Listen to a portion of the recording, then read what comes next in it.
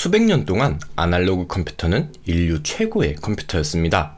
일식과 조수를 예측했고 전투기를 격추시켰죠. 하지만 트랜지스터의 출현은 강력한 디지털 컴퓨터의 시대를 불러왔고 지금 저희가 사용하는 거의 모든 컴퓨터는 디지털입니다. But today, a perfect storm of factors is setting the scene for a resurgence of analog technology.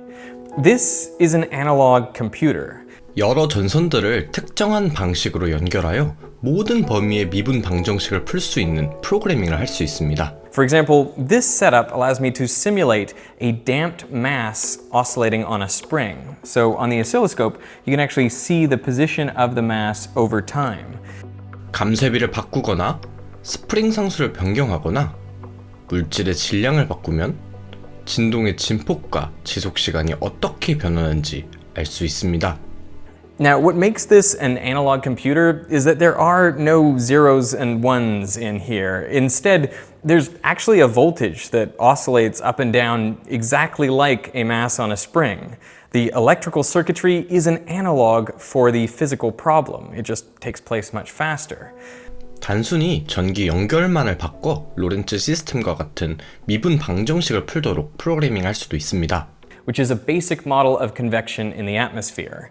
Now, the Lorentz system is famous because it was one of the first discovered examples of chaos. 화면에서 아름다운 나비 모양의 로렌츠 어트랙터를 볼 수 있죠. 아날로그 컴퓨터에서 매개 변수를 변경하면 그 효과를 실시간으로 확인할 수 있습니다. So these examples illustrate some of the advantages of analog computers. They are incredibly powerful computing devices, and they can complete a lot of computations fast. Plus, they don't take much power to do it. With a digital computer, if you want to add two 8-bit numbers, you need around 50 transistors. Whereas with an analog computer, you can add two currents just by connecting two wires. With a digital computer, to multiply two numbers, you need on the order of 1,000 transistors, all switching zeros and ones. Whereas with an analog computer, you can pass a current through a resistor, and then the voltage across this resistor will be I times R. So effectively, you have multiplied two numbers together.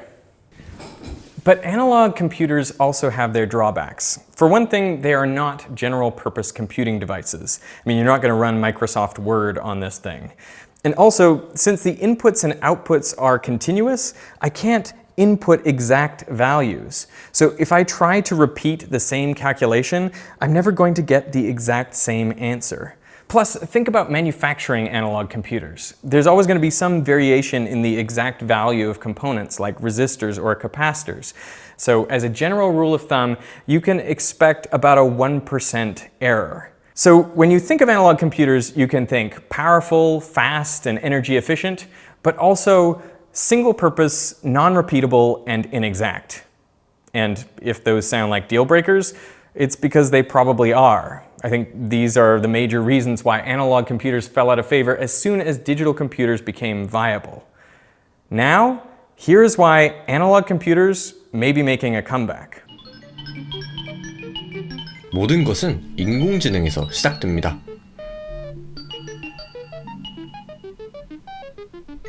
AI는 사실 새로운 것이 아닙니다.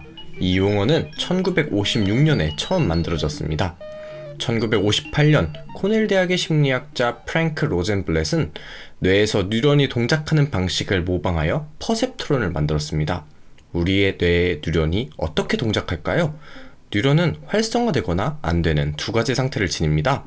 우린 이걸 1 또는 0으로 표시할 수 있죠. 한 뉴런이 받는 신호는 다른 뉴런들의 출력입니다. 이때 뉴런 사이의 연결 강도는 다양합니다. 각각의 뉴런에 다른 가중치를 부여할 수 있죠. 일부 연결은 흥분성 신경이어서 양의 가중치를 갖고 다른 연결은 억제성 신경이어서 음의 가중치를 갖습니다.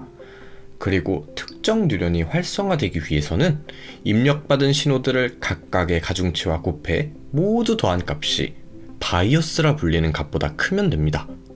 작으면 활성화되지 않죠. 이를 모방한 퍼셉트론은 정사각형 격자의 20 곱하기 20 픽셀 이미지, 즉 400개의 사진 픽셀을 입력으로 받습니다. 각 픽셀을 입력 뉴런이라 생각하시면 쉬울 것 같은데요. 각 뉴런이 얼만큼 활성화되었는지가 픽셀의 밝기인 셈이죠. 뉴런의 활성화는 0 또는 1이지만 퍼셉트론은 0과 1 사이의 값을 가질 수 있습니다. 이 모든 뉴런은 하나의 출력 뉴런에 연결되어 있고 각 뉴런은 각자의 가중치를 가지고 있습니다. 따라서 출력 뉴런이 활성화되는지 확인하려면 각 뉴런의 값을 가중치와 곱해서 더하면 되겠죠. 이 곱하고 더하는 과정을 벡터 내적으로 나타낼 수 있고 답이 바이어스보다 크면 활성화되고 그렇지 않으면 꺼지는 겁니다. 처음 퍼셉트론의 목표는 직사각형과 원과 같은 두 이미지를 구별하는 것이었습니다. 예를 들어서 원 이미지가 입력이 되면 1이 되면 되고 직사각형 이미지가 들어오면 0이 되는 것입니다. 이를 위해서는 퍼셉트론을 훈련시켜야 했습니다. 즉, 다양한 원과 직사각형 이미지를 보여주고 결과에 따라 가중치를 조정해야 합니다. 오른쪽의 네모는 각 픽셀이 가진 고유한 가중치를 시각화한 것입니다. 처음에는 모든 가중치들이 0으로 초기화되어 있습니다. 훈련 방법은 간단합니다. 만약 퍼셉트론의 출력이 정확하면 가중치가 변경되지 않습니다. 직사각형이 입력으로 들어왔을 때 출력이 0이기 때문에 아무런 변화가 없는 거죠. 하지만 틀리게 되면 가중치가 조정됩니다. 원 이미지가 입력으로 들어왔지만 여전히 출력값은 0이라고 해보죠. 1이 나오도록 가중치를 수정하려면 가중치에 입력된 이미지만큼 값을 더해주기만 하면 됩니다. 직사각형을 넣어준 것 같이 출력 뉴런이 1이 아니어야 하는 상황이라면 입력으로 들어온 값을 모두 빼주면 됩니다. 이 과정을 모든 훈련 이미지에 대해서 올바른 출력을 해낼 때까지 반복해주면 됩니다. 이 알고리즘은 언제나 수렴하는 것이 밝혀져 있기 때문에 학습을 통해 원과 네모를 구별할 수 있게 될 것입니다. The perceptron was capable of distinguishing between different shapes, like rectangles and triangles, or between different letters. And according to Rosenblatt, it could even tell the difference between cats and dogs. He said the machine was capable of what amounts to original thought. And the media lapped it up. The New York Times called the perceptron the embryo of an electronic computer that the Navy expects will be able to walk, talk, see, write, reproduce itself, and be conscious of its existence. After training on lots of examples, it's given new faces it has never seen and is able to successfully distinguish male from female. It has learned. In reality, the perceptron was pretty limited in what it could do. It could not, in fact, tell apart dogs from cats. This and other critiques were raised in a book by MIT giants Minsky and Papert in 1969. And that led to a bust period for artificial neural networks and AI in general. It's known as the first AI winter. Rosenblatt did not survive this winter. He drowned while sailing in Chesapeake Bay on his 43rd birthday. The NavLab is a roadworthy truck, modified so that researchers or computers can control the vehicle as occasion demands. 1980년대 카네기 멜론 연구원들이 최초의 자율주행 자동차를 만들면서 AI가 부활했습니다. 이 차는 알빈이라는 인공신경망에 의해 조종되었습니다.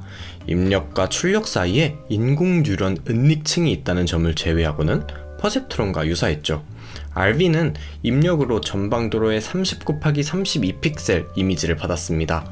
입력으로 받은 이미지는 훈련된 가중치를 통해 4개의 뉴런으로 구성된 은닉층에 연결되었죠. 이 4개의 은닉층 뉴런들은 각각 32개의 출력 뉴런에 연결되어 있었습니다. 모든 값들이 곱하고 더해질 것이고 이를 수학적으로 표현해보면 입력값의 가중치를 곱한 행렬 곱셈이 됩니다.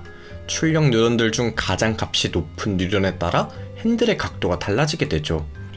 이 신경망을 훈련시키기 위해 사람이 차량을 직접 운전하여 주어진 입력 이미지에 대한 올바른 핸들 각도를 미리 마련해 두었습니다. 그리고 이러한 이미지를 넣었을 때 네트워크의 출력이 미리 구한 운전자의 핸들 각도와 일치하도록 신경망의 모든 가중치를 훈련을 통해 조정하는 거죠.